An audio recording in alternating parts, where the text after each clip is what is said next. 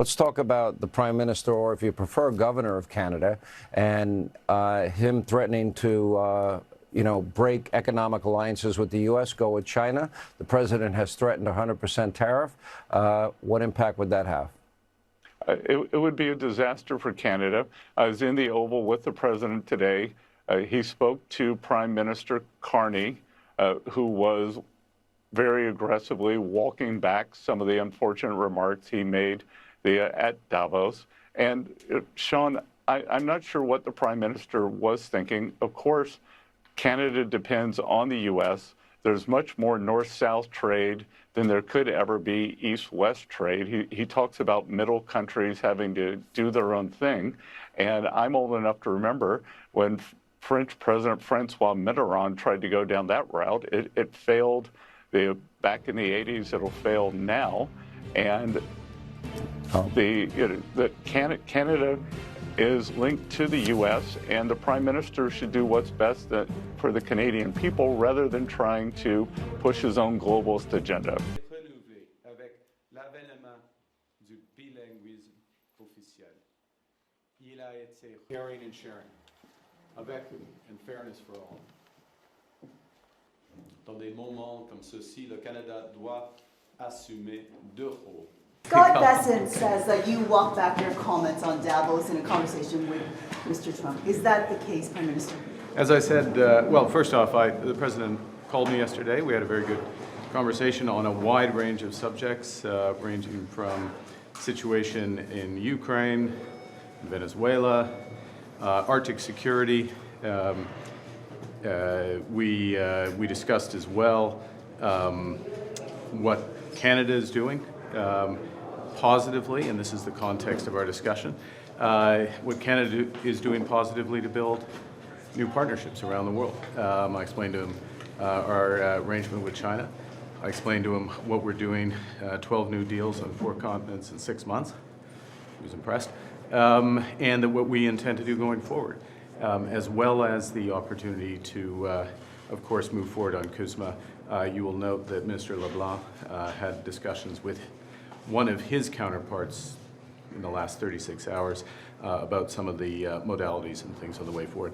But to be absolutely clear, and I said this to the President, I meant what I said in Davos. It was clear, it was a broader set of issues, that Canada was the first country to understand the change in U.S. trade policy that he had initiated. And we're responding to that. We're responding positively by building partnerships abroad. We're responding positively by building at home. And we're prepared to respond positively by building that new relationship through CUSMA. He understood that, and it was a good conversation, as I say. Well, I think the first thing is that my comments in Davos laid out how we see the world, a recognition of how the world has changed.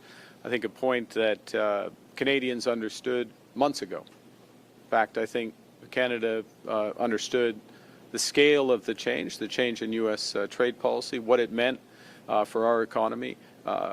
We understood that well before other countries, and we started to react, controlling what we can control, building at home, and very importantly, diversifying our trade partners abroad. That second bit is a positive thing. It's finding new partners. I mentioned in my remarks 12 new trade and security agreements in the past 6 months across 4 continents, more to come. For example, the commitment with India to work together is just one of many. And all of that builds our strength here at home, provides more opportunities, makes us less dependent on the United States.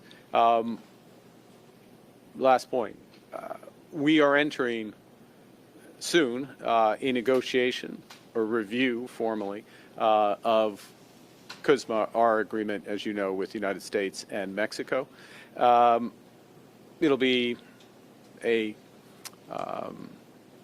robust review, is the expectation.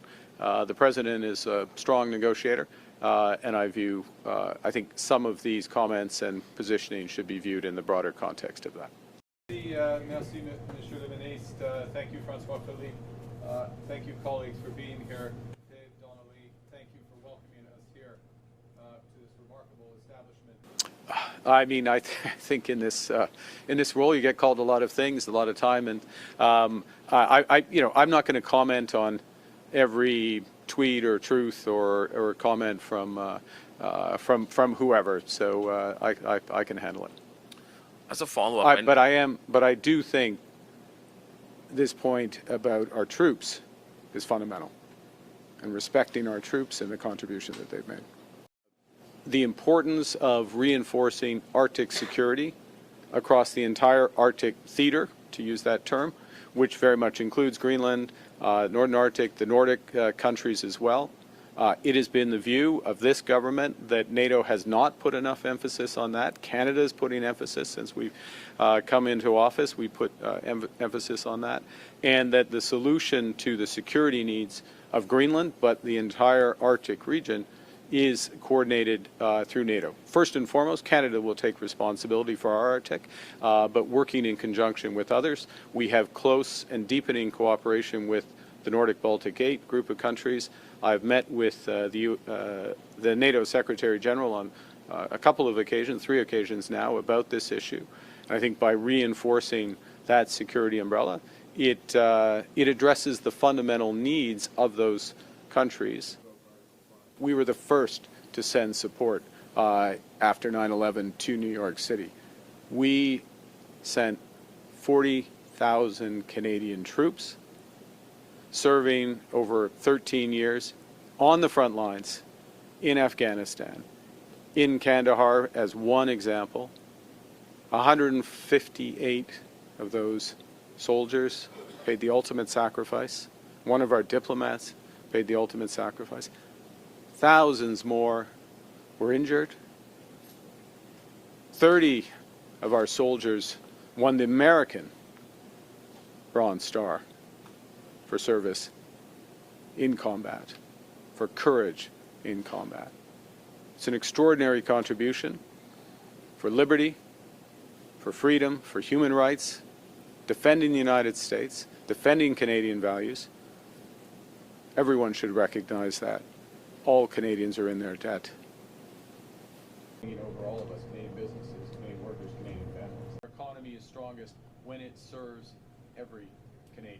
You can't draw that conclusion at all. tell me that. Well, of course we're not. We're not. We're focused on results for Canadians. We're working through parliaments to get results for Canadians. We are securing trade deals around the world for Canadians, for the future of Canadians. 大家好，我是主播周玉琴。很多的朋友告诉我们，选择原版的太阳星全效克菲尔益生菌，它添加有羽衣甘蓝，健康再加分。而有睡眠困扰的朋友们，赶快选择蓝色包装这一款晚安加强版，绝对是更有感。每日克菲尔，时刻美好 ，Good Feel Good， 请上快点购为健康下单，而且要记得输入推荐代码，有额外的折扣优惠。太阳星全效克菲尔益生菌基础版、晚安加强版，新包装改版，内容不变，抽取更方便。要吃就吃最好的。